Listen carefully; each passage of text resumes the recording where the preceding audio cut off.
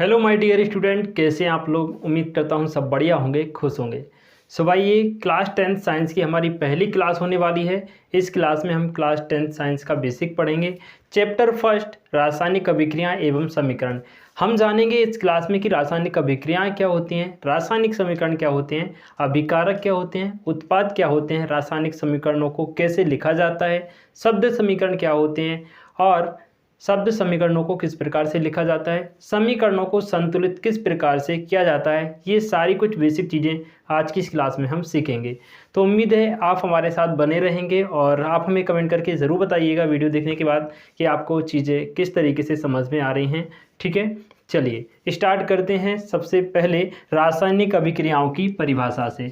तो रासायनिक अभिक्रियाएं होती क्या हैं? ऐसे परिवर्तन जिनमें नए गुणों वाले पदार्थों का निर्माण होता है, उन्हें हम रासायनिक अभिक्रिया कहते हैं। अभी सिर्फ आप डेफिनेशन पढ़िए, धीरे धीरे आगे आपको चीज़ें समझ में आएंगी। ठीक है, अब भाई कैसे, आपको मैं उदाहरण दे देता हूँ। जैसे कि आपने देखा होगा गर्मियों के दिनों में दूध जो है, अगर उसको खुले में छोड़ दिया जाए या फिर बंद कमरे में छोड़ दिया जाए तो दूध क्या बन जाता है? दही बन जाता है। मतलब इनके रासायनिक गुणों में क्या आ जाता है? परिवर्तन आ जाता है। ठीक है, तो दूध से दही बनना क्या हो गया? एक रासायनिक अभिक्रिया हो गया। और भी हम डिटेल से इनको रासायनिक आगे चल के समझेंगे। ठीक है, दूसरा आपको समझना है कि रासायनिक समीकरण क्या होते हैं। अब कोई रासायनिक अभिक्रिया हुई, वो किस प्रकार से हुई, क्या उसमें विधि प्रोसेस लगी, उस प्रोसेस को एक समीकरण के रूप में लिखना या फिर उस प्रोसेस को जिस तरीके से हम रिप्रेजेंट करते हैं, प्रदर्शित करते हैं, उसको हम रासायनिक समीकरण कहते हैं।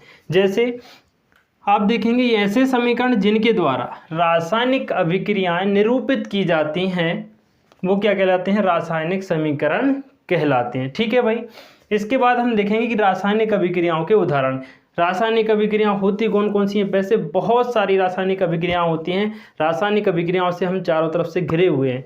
हमारे अंदर भी रासायनिक अभिक्रियाएं होती हैं, पूरे वातावरण में भी रासायनिक अभिक्रियाएं होती हैं, आसपास जहां देखो वहां रासायनिक अभिक्रियाएं होती रहती हैं। जैसे कि भोजन का पाचन, जो हम भोजन करते हैं और उसका धीरे धीरे पाचन होता है, तो वो भी एक रासायनिक क्रिया के द्वारा ही होता है। ठीक है, श्वसन, जो हम सांस लेते हैं, सांस लेने की क्रिया भी एक प्रकार की रासायनिक अभिक्रिया है। इसके बाद लोहे पर जंग लगना। आपने देखा होगा बरसात के दिनों में हम लोहे को अगर खुले में छोड़ देते हैं तो लोहा क्या करता है? ऑक्सीजन में और नमी से क्रिया करता है। नमी की उपस्थिति में ऑक्सीजन से क्रिया करके उस पर एक जो है भूरे रंग की या कहें कि पीले से रंग की एक परत जम जाती है, जिसको हम कहते हैं लोहे पर जंग लगना। तो ये भी एक रासायनिक अभिक्रिया का उदाहरण है। इसके बाद आप देखेंगे मैग्नीशियम फीते का जलना। मैग्नीशियम रिबन जो होती है एक पतली तार जैसी होती है, उसको अगर हम ऑक्सीजन की उपस्थिति में वायु की उपस्थिति में जलाएंगे, ठीक है, तो जलने के बाद वो ऑक्सीजन से क्रिया करेगी और ऑक्सीजन से क्रिया करने के बाद वो जल के चूर्ण के रूप में बदल जाती है। ठीक है, तो होता क्या है? ये भी एक प्रकार की रासायनिक अभिक्रिया होती है। दही का बनना भी, जैसे मैंने आपको बताया दूध से दही बन जाना, वो भी एक प्रकार की रासायनिक अभिक्रिया होती है। उम्मीद है यहाँ तक तो आपको थोड़ा बहुत समझ में आ गया होगा। आगे हम देखते हैं कि अगर कोई रासायनिक अभिक्रिया हो रही है तो हम कैसे पहचानेंगे कि भाई इसकी अभिक्रिया हुई है। जैसे मान लीजिए दूध से दही बन गया, तो आप कैसे पहचानोगे कि इसमें कोई रासायनिक अभिक्रिया हुई है? तो 5 तरीके होते हैं पहचानने के, 4 तरीके होते हैं। कौन कौन से होते हैं भाई? अवस्था में परिवर्तन हो जाना, मतलब उसकी अवस्था चेंज हो गई। कैसे चेंज होगी भाई? द्रव से मान लो वो गैस बन गया, या गैस से जो है ठोस बन गया, और या फिर ठोस से द्रव बन गया, ठोस से गैस बन गया, है ना। अवस्था परिवर्तन हो जाए, उसका रंग परिवर्तन हो जाना, ठीक है। तापमान में परिवर्तन हो जाना, तापमान कम हो जाना या फिर बढ़ जाना। गैस का उत्सर्जन होना, उसमें से गैस का उत्सर्जन होना। अब मान लीजिए जैसे दूध से जब दही बनता है तो दूध पहले बिल्कुल लिक्विड रहता है, लेकिन जब वो दही बनता है तो थोड़ा सा वो सॉलिड हो जाता है। लिक्विड तो रहता है लेकिन थोड़ा सा क्या हो जाता है? सॉलिड हो जाता है। मतलब उसकी अवस्था में क्या होता है? परिवर्तन हो जाता है। ठीक है, जैसे मैग्नीशियम रिबन रहती है, जो मैग्नीशियम रिबन जब हम उसको आग में जलाते हैं तो पहले वो ठोस रहती है, लेकिन जब हम उसको जलाते हैं तो वो चूर्ण बन जाती है। ठीक है, इस प्रकार उनकी अवस्थाओं में परिवर्तन हो जाता है। गैस भी उत्सर्जन होती है। अभी मैं आपको इन सब के उदाहरण भी दूंगा कि किस में कलर चेंज हो रहा है, किस में गैस से ठोस बन रहा है या फिर क्या बन रहा है। सारी चीज़ें हम आगे उदाहरण के द्वारा समझेंगे। ठीक है, हाँ जी। तो यहाँ तक समझ में आया कि रासायनिक अभिक्रिया अगर हो रही है तो ये 4 चीज़ें हमें देखने को मिलेंगी। गैस का उत्सर्जन, तापमान में परिवर्तन, रंग में परिवर्तन और अवस्था में परिवर्तन। ये प्रश्न ज्यों का त्यों बोर्ड एग्जाम में कई बार पूछा जा चुका है, तो इसको आप ऐसे के ऐसे याद रख लेना कि रासायनिक अभिक्रिया होगी तो ये 4 बिंदु जरूर होंगे। ठीक है, इसके बाद हम देखते हैं कि रासायनिक अभिक्रियाओं को हम लिखते कैसे हैं, प्रदर्शित कैसे कहते हैं। अभी मैं सिर्फ उदाहरण के लिए आपको समझा रहा हूँ, बाद में मैं आपको इनके समीकरण या सूत्रों द्वारा भी आपको समझाऊंगा। ठीक है, मान लीजिए हमने 2 पदार्थ लिए, एक लिया ए और एक बी, इन दोनों को आपस में मिला लिया। ठीक है, जैसे हमने नमक और पानी को मिलाया, उनका एक घोल बन गया। ठीक है, तो वो घोल एक अलग पदार्थ बन गया। ऐसे ही मान लीजिए हमने ए और बी को मिलाया तो एक नया पदार्थ क्या बन गया, सी। अब जब जो पदार्थ हमने मिलाए या जो पदार्थ आपस में क्रिया कर रहे हैं वो अभिकारक कहलाते हैं। जैसे ए और बी आपस में क्रिया कर रहे हैं तो ये अभिकारक कहलाते हैं। ठीक है, और ए और बी के मिलने के बाद, क्रिया होने के बाद जो नया पदार्थ बनता है उसे हम उत्पाद कहते हैं। ठीक है भाई, कभी कभी ऐसा होता है कि सिर्फ एक ही उत्पाद है और वो उसको अगर हम गर्म कर रहे हैं या फिर उसको जो है सूर्य के प्रकाश की उपस्थिति में रख रहे हैं तो वो 2 या 2 से अधिक पदार्थों में टूट जाता है। जैसे यहाँ एक अभिकारक हमने सी लिया और इसको हमने खुले में छोड़ दिया या फिर इसको हमने ऊर्जा दे दी, ऊष्मा दे दी, गर्म कर दिया। ठीक है, तो ये क्या हुआ, ए और बी 2 अलग अलग पदार्थों में टूट गया। तो यहाँ पर अभिकारक कौन है, सी है। यहाँ पर उत्पाद कौन कौन हो गया, ए और बी हो गए। ठीक है, अभी जब आप उदाहरण देखेंगे तो आपको बिल्कुल स्पष्ट हो जाएगा। ठीक है भाई, यहाँ तक अगर आपको समझ में आ गया हो तो वीडियो के नीचे एक अच्छा सा कमेंट कीजिए कि जी सर समझ गए, है ना। अगर नहीं आया तो भी आप मुझे कमेंट करके बता सकते हैं कहाँ पर आपको समझ नहीं आया। ठीक है जी, आगे हम बढ़ते हैं कि भौतिक अवस्थाओं के संकेत। यदि कोई रासायनिक समीकरण आप लिख रहे हैं तो उसमें कौन सी वस्तु ठोस है, कौन सा तत्व लिक्विड है और कौन सा तत्व गैस है, उसको हम कैसे दर्शाएंगे। यदि कोई पदार्थ, कोई तत्व गैस है तो उसके आगे हम स्मॉल जी लिख देंगे। यदि जल है तो जल के लिए हम लिक्विड लिखेंगे, माने कोई भी जो है पदार्थ जल के रूप में है या तनु रूप में है तो उसके लिए हम एल लिखेंगे। इसके बाद यदि कोई पदार्थ ठोस अवस्था में है, जैसे कि हमारी मैग्नीशियम रिविन थी, ठोस अवस्था में थी, तो Mg के आगे हम क्या लगा देंगे, S लगा देंगे, माने वो सॉलिड है। और यदि कोई पदार्थ जलीय घोल के रूप में हो, जैसे कि सल्फ्यूरिक अम्ल और जस्ते का जब जलीय घोल होता है ना, कोई भी पदार्थ जब जलीय घोल के रूप में होता है तो उसे हम AQ के द्वारा दर्शाते हैं। हालांकि इनका बहुत कम प्रयोग किया जाता है, यदि कहीं पूछा जाए तो विशेष रूप से हमको करना चाहिए, अदरवाइज कोई ज़रूरी भी नहीं होता। लेकिन आपको जानकारी होना बहुत ज़रूरी है कि G माने गैस, L माने जल, S माने सॉलिड और AQ माने जलीय घोल। बात समझ में आ गई यहाँ तक। अब हमने ये थोड़ा सा बेसिक समझा, अब हम इनके उदाहरण देखेंगे और आगे। ठीक है, चलिए, ये सारी की सारी क्रियाएं जो अभी मैंने आपको बताई हैं कुछ उदाहरणों के साथ समझेंगे, फिर उसके बाद हम सीखेंगे कि रासायनिक समीकरणों को संतुलित कैसे किया जाता है। ठीक है, चलिए अब हम देखते हैं कि रासायनिक अभिक्रियाओं को किस प्रकार से लिखा जाता है और किस प्रकार से रासायनिक अभिक्रियाएं होती हैं। तो सबसे पहले मैं आपको बता देता हूं, कई बार पेपर में प्रश्न आता है कि अभिकारक किसे कहते हैं, उत्पाद किसे कहते हैं। वैसे मैंने आपको समझा दिया है, लेकिन अगर परिभाषा आपसे कभी पूछ ले तो आप लिखेंगे अभिक्रिया में भाग लेने वाले पदार्थ अभिकारक कहलाते हैं। अभिक्रिया में, सॉरी यहाँ अभिकारक लिख दिया मैंने, अभिक्रिया में, है ना, अभिक्रिया में बनने वाले जो पदार्थ होते हैं वो उत्पाद कहलाते हैं। अब मैं आपको एक उदाहरण देता हूं, जिस उदाहरण के माध्यम से आप सारी चीज़ें समझ जाएंगे कि रासायनिक अभिक्रियाएं वास्तव में किस प्रकार से होती हैं, किस प्रकार से उन्हें लिखा जाता है। हमने एक रासायनिक अभिक्रिया यहाँ पर ली है, मैग्नीशियम का दहन या मैग्नीशियम रिविन या मैग्नीशियम फीते का दहन। दहन मतलब होता है जलना। जब हम मैग्नीशियम रिविन को वायु की उपस्थिति में जलाते हैं तो वायु में ऑक्सीजन जो होती है, उस ऑक्सीजन से मैग्नीशियम जो रिविन होती है, मैग्नीशियम का जो फीता होता है, मैग्नीशियम वास्तव में होती है एक पतली पतली जो है रिविन टाइप की होती है, धातु होती है ना। तो जब हम उसको बर्नर या फिर आग में जलाते हैं तो वातावरण में वायु रहती है और वायु में रहती है ऑक्सीजन, तो वो ऑक्सीजन से अभिक्रिया करती है और तेज चमकदार लौ के साथ जलती है। जलने के बाद वो क्या है, एक चूर्ण में बदल जाती है, बिल्कुल चूर्ण में बदल जाती है। और वो चूर्ण किसका होता है, मैग्नीशियम ऑक्साइड का। ठीक है, जब मैग्नीशियम रिविन या फीते को वायु की उपस्थिति में जलाया जाता है तो यह चमकदार श्वेत लौ के साथ जलती है एवं मैग्नीशियम ऑक्साइड में बदल जाती है, यानी मैग्नीशियम ऑक्साइड बनाती है। जो चूर्ण होता है उसी को हम मैग्नीशियम ऑक्साइड बनाते हैं। अब ये इतनी लंबी हमने एक प्रक्रिया लिखी रासायनिक अभिक्रिया की। इन्हीं प्रक्रियाओं को संक्षिप्त में रूप में लिखने के लिए रासायनिक समीकरणों का प्रयोग किया जाता है। अब मान लीजिए हम इनको लिख रहे हैं शब्द समीकरण के रूप में। अब कभी कभी आपको आता है शब्द समीकरण क्या होता है, समझिए। अगर इसी रासायनिक अभिक्रिया को आपको शब्द समीकरण के रूप में लिखना है तो कैसे लिखेंगे, क्या क्या हो रहा है पहले हम ध्यान से पढ़ेंगे। मैग्नीशियम रिबिन का वायु की उपस्थिति में दहन हो रहा है, तो मैग्नीशियम रिबिन किससे क्रिया करेगी, ऑक्सीजन से। तो हमने लिखा मैग्नीशियम। मैग्नीशियम यहाँ पे क्या है हमारा अभिकारक है, क्योंकि यह मैग्नीशियम में जो है अभिक्रिया में भाग ले रहा है। मैग्नीशियम ने क्रिया की किससे, ऑक्सीजन से, तो हमने लिख दिया ऑक्सीजन।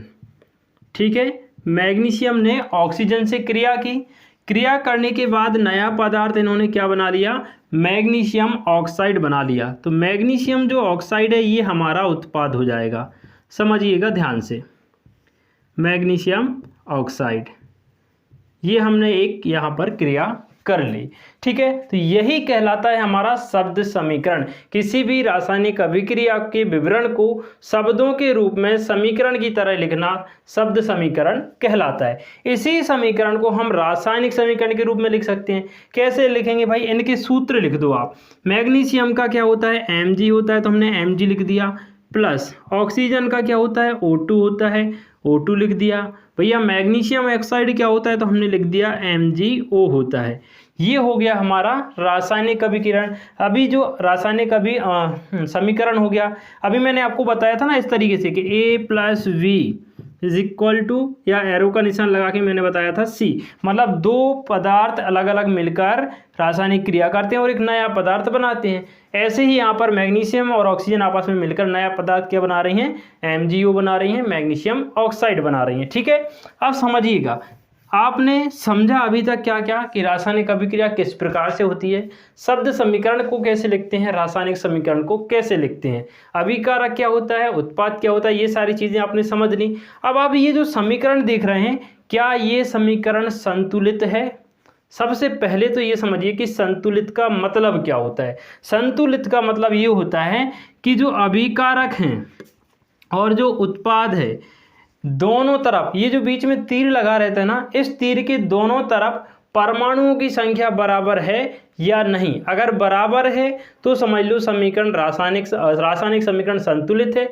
अगर संख्या बराबर नहीं है परमाणुओं की तो समझ जाना कि जो है समीकरण संतुलित नहीं है। अब देखिएगा ध्यान से, यहाँ हम देखते हैं, हम सबसे पहले लिखते हैं परमाणु, या हम लिख लेते हैं तत्व या परमाणु, जो भी आपको लगे वो लिख लेना। ये क्या है, हमारे अभिकारक है, तो एक तरफ हमने क्या लिखा, अभिकारक। ठीक है, और यहाँ हमने लिख लिया उत्पाद। ध्यान से समझिएगा, हमारे पास कौन कौन से परमाणु हैं, मैग्नीशियम है, ऑक्सीजन है, दो ही हैं सिर्फ, तो हमने लिख लिया भैया मैग्नीशियम है और दूसरा हमारे पास ऑक्सीजन है। मैग्नीशियम अगर अभिकारक में देखे जाएं, तीर के निशान के इस तरफ अगर हम देखेंगे, यानी अभिकारक में मैग्नीशियम कितने हैं, सिर्फ एक ही मैग्नीशियम है, तो हमने यहाँ एक लिख लिया। ऑक्सीजन कितने हैं, दो हैं, ओ के साथ में दो लिखा है, तो हमने यहाँ लिख लिया ऑक्सीजन दो हैं। अब उत्पाद में देखो, मैग्नीशियम एक है और ऑक्सीजन भी एक है, तो मैग्नीशियम एक है उत्पाद में और ऑक्सीजन भी कितना है, एक है। अब यहाँ पर मामला गड़बड़ हो गया। क्यों हो गया भाई, मैग्नीशियम तो ठीक है दोनों जगह एक एक आ रहा है, लेकिन ऑक्सीजन गड़बड़ हो गया ना। यहाँ पर अभिकारक में दो है, ऑक्सीजन उत्पाद में आ रहा है एक, तो हमें यहाँ भी इसको दो बनाना पड़ेगा। अब भैया दो बनाने के लिए आप ऐसा नहीं कर सकते सीधा यहाँ O2 लिख दें, ठीक है, ये तरीका गलत होता है। कभी भी ध्यान रखिएगा मेरी इस बात को, कभी भी अगर आप रासायनिक समीकरणों को संतुलित कर रहे हैं तो उनमें जो भी संख्याओं का जोड़ना घटाना आप करोगे, गुणा करोगे, तो वो इनके बाहर ही कर सकते हैं, आप आगे ही कर सकते हैं। ठीक है, इनको एक कोष्टक से ढक लीजिएगा और इनके अंदर कोई भी छेड़खानी आपको नहीं करनी है। यहाँ आप भले ही 2 का गुणा कर दो, 3 का गुणा कर दो, यहाँ 2 का गुणा कर दो, 4 का गुणा कर दो, 8 का गुणा कर दो, जो मर्जी चाहो वो कर दो, लेकिन आप ऐसा नहीं कर सकते कि हमारे पास Mg था हमने इसमें 2 लगा दिया। जी नहीं, ऐसा बिल्कुल नहीं कर सकते। हमारे पास O था हमने इसमें 2 लगा दिया, ऐसा हम नहीं कर सकते हैं। ठीक है जी, समझिएगा अब हम इसको संतुलित कैसे करेंगे। ये तो हमें समझ में आया कि ये जो समीकरण है ये संतुलित नहीं है, लेकिन इसको संतुलित हम कैसे कर सकते हैं, ध्यान से देखिएगा। सबसे पहले आपको उस पदार्थ को देखना है जो संतुलित नहीं है, या फिर सर्वाधिक जो है सर्वाधिक परमाणुओं की संख्या किस में है, तो ऑक्सीजन में है। कितनी है, 2 है। और कहाँ पर है ये भी आपको देखना है, कहाँ पर है, अभिकारक में ऑक्सीजन कितनी है, 2 है। तो हमें यहाँ भी क्या चाहिए, 2 है। अब हमें ये तो पता चल गया कि भैया हम यहाँ 2 नहीं लगा सकते, आगे भले ही हम कुछ कर सकते हैं। तो आगे कुछ क्या करेंगे, सिर्फ और सिर्फ इसमें 2 का गुणा कर सकते हैं। तो हमने कुछ नहीं किया भाई, आराम से क्या कर दिया, 2 का गुणा कर दिया।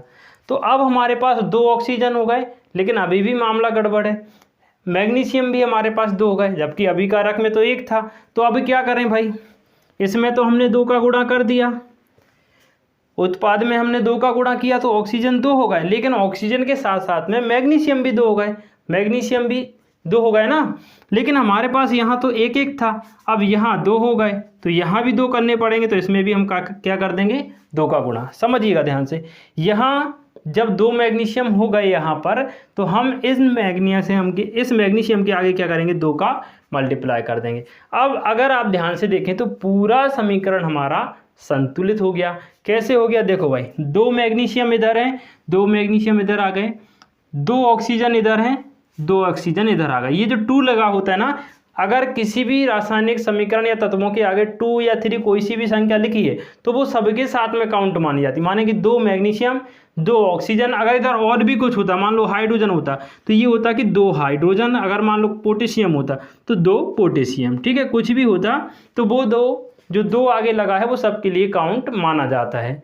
उम्मीद है यहाँ तक की सारी बातें आपको क्लियर हो गई होंगी, ठीक है। तो आज की इस क्लास में हमने क्या क्या सीखा है, एक बार उसका रिवाइज कर लेते हैं। हमने सीखा रासायनिक अभिक्रिया क्या होती हैं, ठीक है। तो ऐसे परिवर्तन जिनमें कुछ नए उत्पाद बनते हैं, या जिनमें परिवर्तन के बाद कुछ नए गुण मिलते हैं, या गुणों में नया परिवर्तन होता है, वो रासायनिक अभिक्रियाएं होती हैं।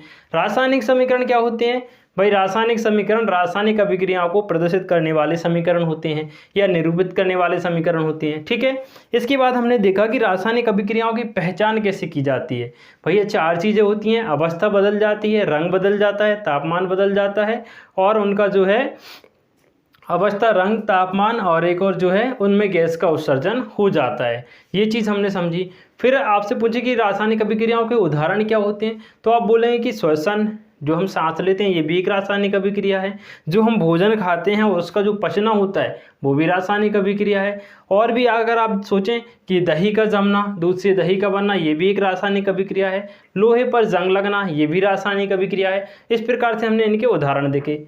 फिर हमने रासायनिक अभिक्रिया कराई, उत्पाद को समझा, अभिकारक को समझा, ठीक है। अभिकारक क्या, जो रासायनिक अभिक्रियाओं में भाग लेते हैं, उत्पाद क्या, जो रासायनिक अभिक्रियाओं में बनते हैं। उसके बाद हमने रासायनिक क्रिया कराई, ठीक है। क्रिया करने के बाद रासायनिक समीकरण लिखे, शब्द समीकरण लिखे, और उत्पाद अभिकारक को समझा। उसके बाद हमने रासायनिक समीकरणों को संतुलित करना सीखा। अभी तो ये छोटा सा एक डेमो ये समझ लीजिए आप, आगे चल के हम और इनको डिटेल में पढ़ेंगे। आज की क्लास में हम यहीं तक रुकते हैं, क्योंकि ये हमारी एक इंट्रोडक्शन क्लास थी, पहली क्लास थी। हाँ जी, कमेंट करके आपको ये ज़रूर बताना है कि क्लास आपको कैसी लगी, चीज़ें आपको समझ में आई या फिर नहीं, कमेंट करके ज़रूर बताइएगा, ठीक है। चलिए मिलते हैं नेक्स्ट वीडियो में आपसे, तब तक के लिए खुश रहिए, मस्त रहिए, जय हिंद।